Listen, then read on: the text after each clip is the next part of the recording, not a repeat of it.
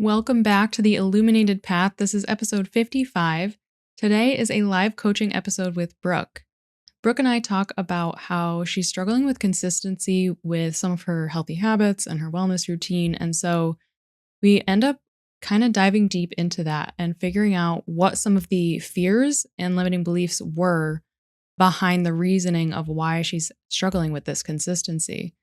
So listen to the coaching episode to hear the full session.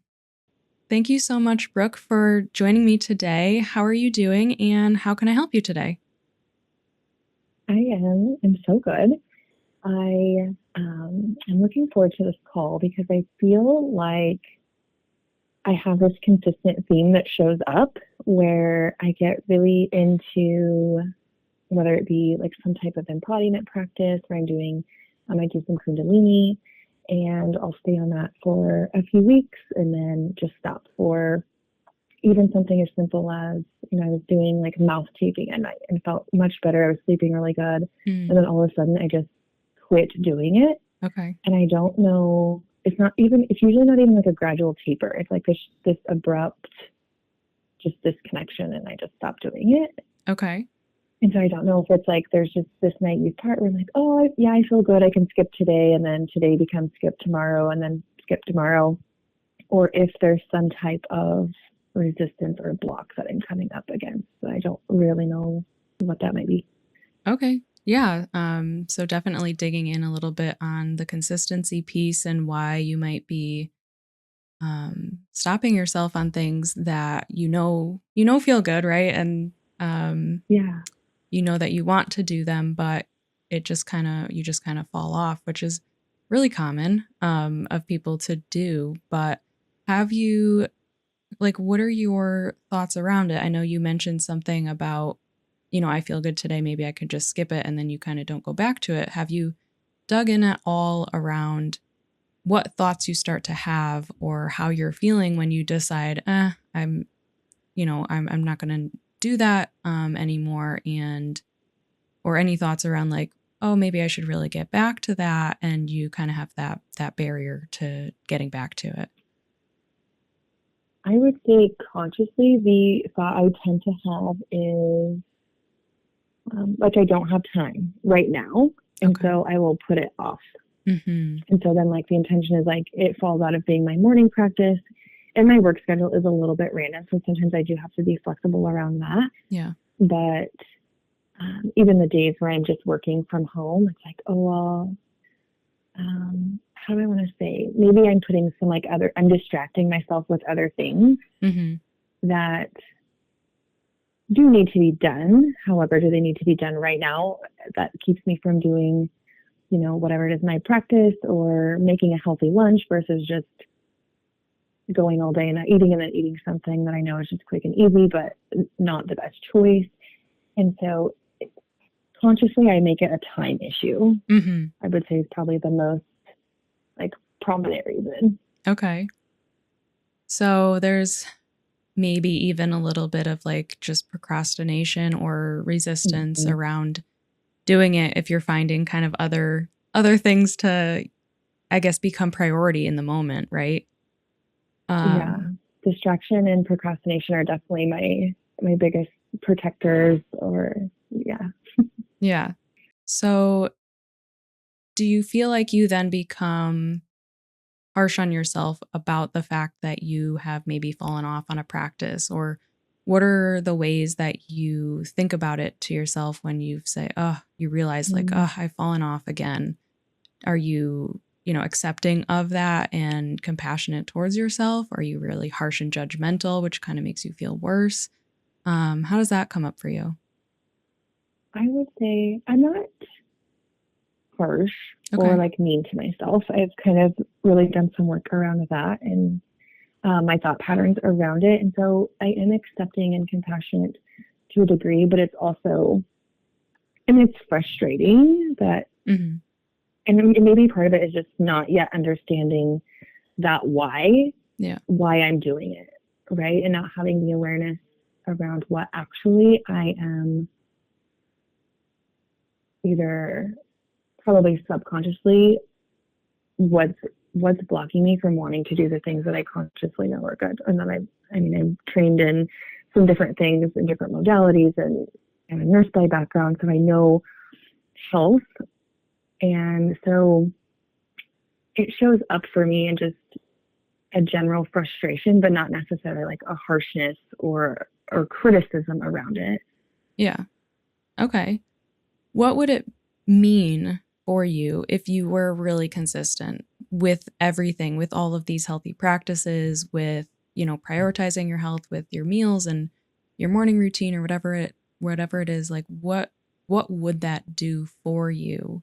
Either in your life, in your business, or a combination of both, that maybe you might be subconsciously avoiding? Like, how do you feel like all of those practices would benefit you, but you're not kind of allowing yourself to gain that full benefit?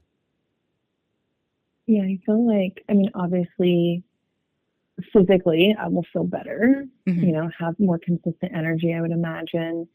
Um, from that standpoint, that's kind of the trouble, is it's really hard for me to feel into, or maybe I haven't taken the time to feel into what it actually feels like and explore that side of it. Mm-hmm.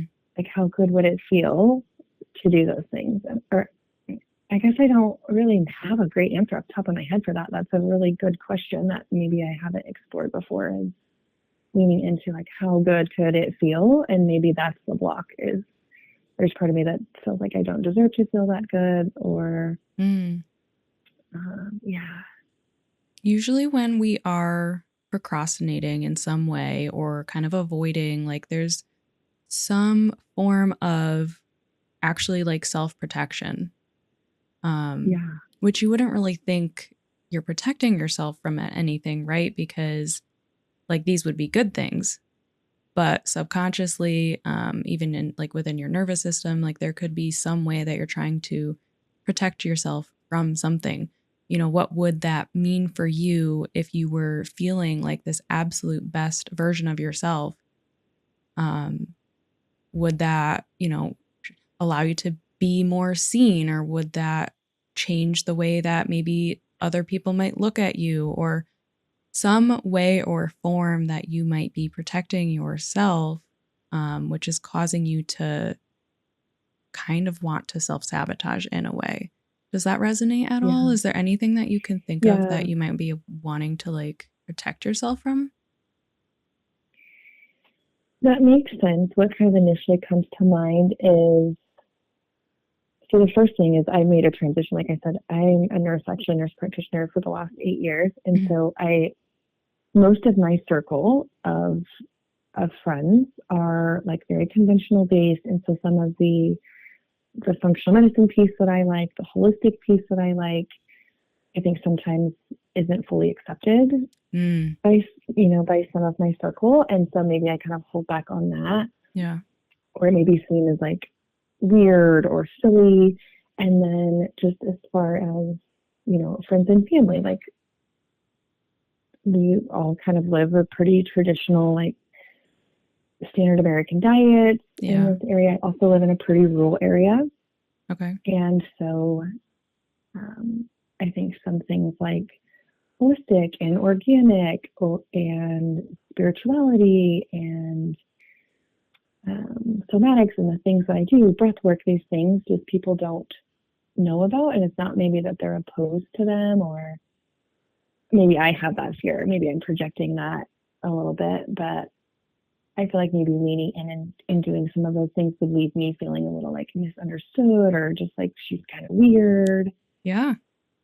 So maybe a Yeah. a little bit of fear of judgment, because Yeah.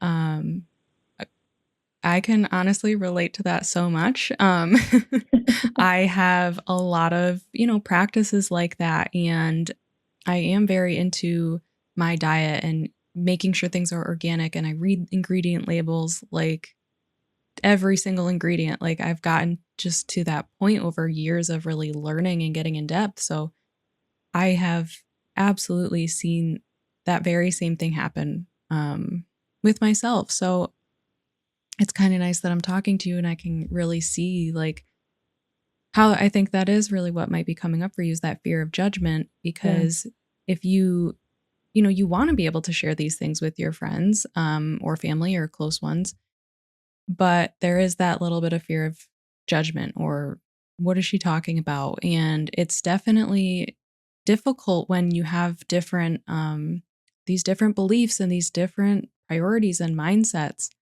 um or between you and the people that you're close with and the people that you would normally share these things with. So it's almost weird to say, like, hey, I'm feeling my absolute best. And the reason that I'm feeling my best is because of these Mhm. practices and these things I'm doing for myself and the way that I'm eating and all of these things. And then having those people look at you like, okay, what are you talking about? Like, or Right. feeling like maybe a little bit of judgment from them, or maybe feeling a little bit of, I want to use the word jealousy, but I'm not sure if that's the right word, but maybe a little bit of jealousy of like, okay, well, she's feeling great and I'm feeling stressed, or maybe I'm not feeling good in my body. And then that Mm. might cause just a weird connection with that person. So that Yeah. that does make sense to me in terms of maybe there's a little bit of a fear around how you might be being perceived for being this person with all of these practices and really prioritizing your health, because that's not the norm in today's world. Right. And I think that's where, when I'd mentioned that disconnection piece kind of comes through. Yeah. And Mm. I know, just exploring before in some of the work I've done the last year or so, abandonment and worthiness are kind of my really core themes. I think especially abandonment shows up in that, Mm. with that like need to be connected and like fear of losing a connection, a relationship, a friendship, or whatever. Yeah. Given my body, that's, you know, really scary.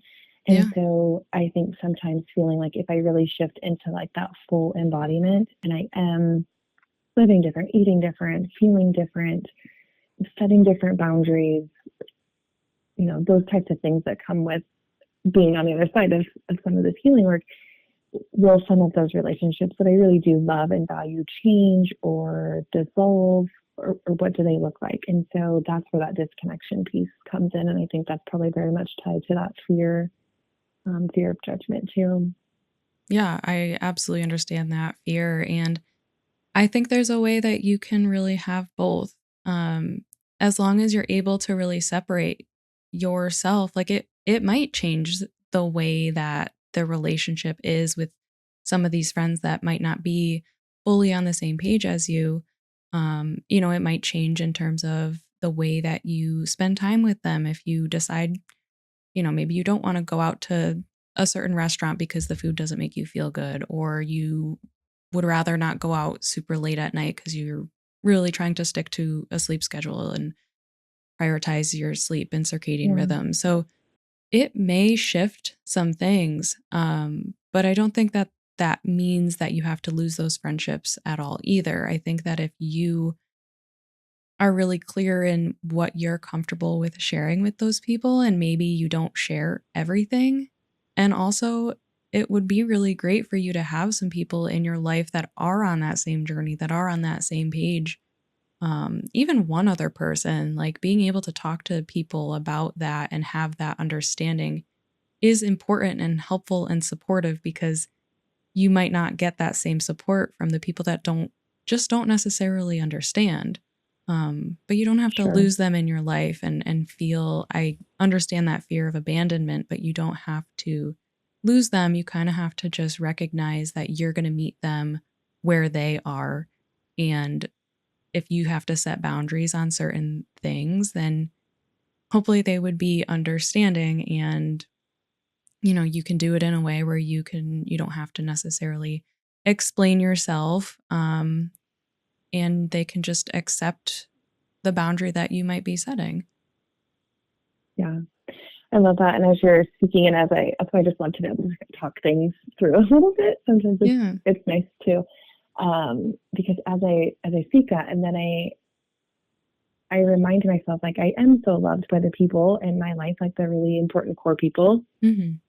And for whatever reason, I've made this assumption in my brain, for whatever reason, from my nervous system. Yeah. But anyway, I have made this connection that is the assumption that if I make those changes and sustain that and speak about it and live in that way, that it keeps me separated from them. But what if it's an example? What if they're waiting for someone to show them an example to do it? Or like they want to come along with me, and I, this whole time in my system, I feel like they wouldn't come along with me. Yeah. Instead of being like, but what if? Like, they would all be on board. They'd all be happy that I'm happy, and even if they chose not to make some of the lifestyle changes that I choose to make, they still would be loving and supportive. But maybe I'm the one that gets to go first.